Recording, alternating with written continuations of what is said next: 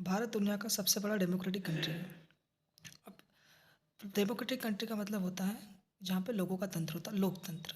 लोकतंत्र में एक तरफ चुनी हुई सरकार होती है, उस सरकार के कुछ सेवक होते हैं।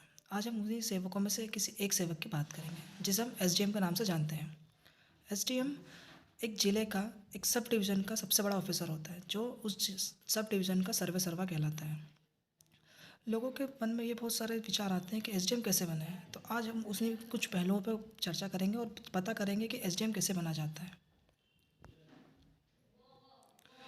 एसडीएम कैसे बना जाता है उससे पहले हम जानते हैं एसडीएम होता कौन है। एक जिला होता है, उस जिले में कुछ डिवीज़न होते हैं, उस डिवीज़न का जो सबसे बड़ा अधिकारी होता है, जो सर्वे सर्वा कहते हैं, उसे एसडीएम कहा जाता है। एसडीएम का काम होता है जिले के अंदर लॉ एंड ऑर्डर का पालन करना और अपने जो काम है उन्हें सुचारू रूप से चलने देना। उप जिलों के सारे राजस्व कार्य एसडीएम के द्वारा ही किए जाते हैं। एसडीएम को दी जाने वाली सुविधा के बारे में बात करें तो एक सरकारी आवास मिलता है उसे, एक वाहन मिलता है सरकारी जिसका खर्च सरकार की तरफ से वाहन किया जाता है, एक वाहन चालक और एक रसोइया। आधा बिजली का बिल सरकार माफ़ करती है उसको और पे करती है, और वाईफाई सुविधा और टेलीफोन सुविधा।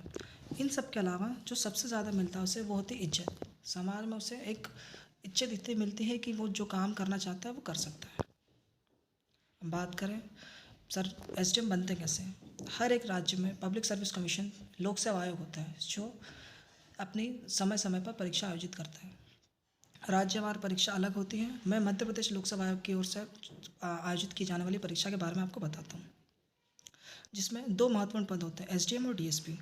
राज्य के सबसे उत्कृष्ट सेवाएं एसडीएम और डीएसपी कही जाती हैं, जो public service commission Madhya Pradesh लोक सेवा आयोग की तरफ से आयोजित की जाती है।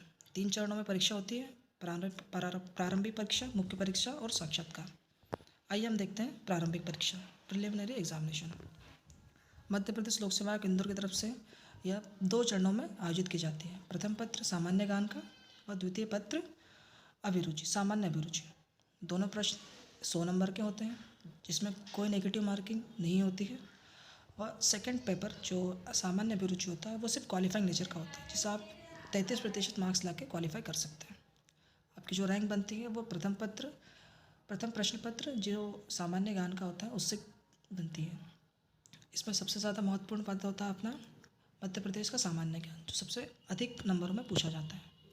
प्रिलिमिनरी एग्ज़ाम के बाद आती है मेंस एग्ज़ाम, जो 6 पेपर होते हैं। प्रथम पेपर जिसके 2 पार्ट होते हैं, हिस्ट्री और ज्योग्राफी का। द्वितीय पेपर जिसको पॉलिटी और इकोनॉमी में आता है। तीसरा पेपर एक ही होता है जो पूरा साइंस एंड टेक कवर करता है। चौथा पेपर एथिक्स, मतलब एथिक्स का होता है, जिसे हम सामान्य अभिरुचि व नीतिशास्त्र भी कहते हैं। पांचवा पेपर हिंदी का होता है और छठा पेपर ऐसे राइटिंग। हिंदी और ऐसे राइटिंग दोनों हिंदी में ही होते हैं। अब इन सारे बाधाओं को पार करने के बाद होता है साक्षात्कार, पर्सनालिटी टेस्ट, जिसमें आप अपने मेंस के एग्ज़ाम के बदौलत इंटरव्यू में अपीयर हो सकते हैं। पूरी पोस्ट के 3 गुना लोग इंटरव्यू के लिए अप्लाई कर सकते हैं। इंटरव्यू पास करने के बाद आप रैंक वाइज आपको पोस्ट मिल जाती है। अगर जो अच्छी रैंक होगी उसको एसडीएम के पोस्ट मिलेगी। इस सब मेहनत करने के बाद आप अगर टॉप 10 में आते हो तो आपको एसडीएम का पद मिलता है, और उसके आगे डीएसपी, फिर छोटे छोटे पद आते रहते हैं। आशा करता हूँ आप लोगों को ये जानकारी अच्छी लगेगी। धन्यवाद।